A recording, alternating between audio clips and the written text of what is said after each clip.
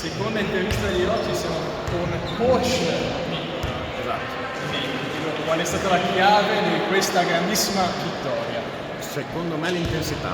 Siamo stati molto intensi e molto duri sul pezzo, mai mollato e siamo riusciti a prendere un piccolo vantaggio all'inizio, poi non abbiamo mai mollato di testa e siamo rimasti lì. E si è visto.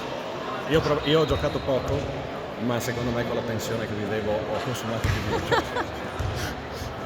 Le energie che verranno prontamente recuperate con quello giallo e frizzante che c'è per il costo. No, purtroppo. No, io bevo solo gingerino, purtroppo. Anche il gingerino può essere, anche il gingerino. Allora andiamo invece con chi purtroppo è uscito sconfitto da questa Coppa Friuli, anche se qui Friuli avete poco. Quindi cosa si deve fare di più il prossimo anno per portarsela a casa?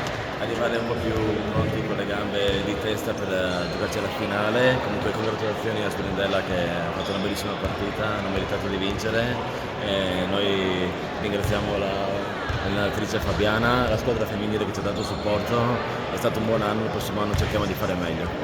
Allora grazie a Ciputti, Ciputto, pardon. Bellissima intervista anche con l'abbraccio finale e adesso spazio alle ragazze, Adesso parliamo del gingerino per tutti. Gingerino per tutti.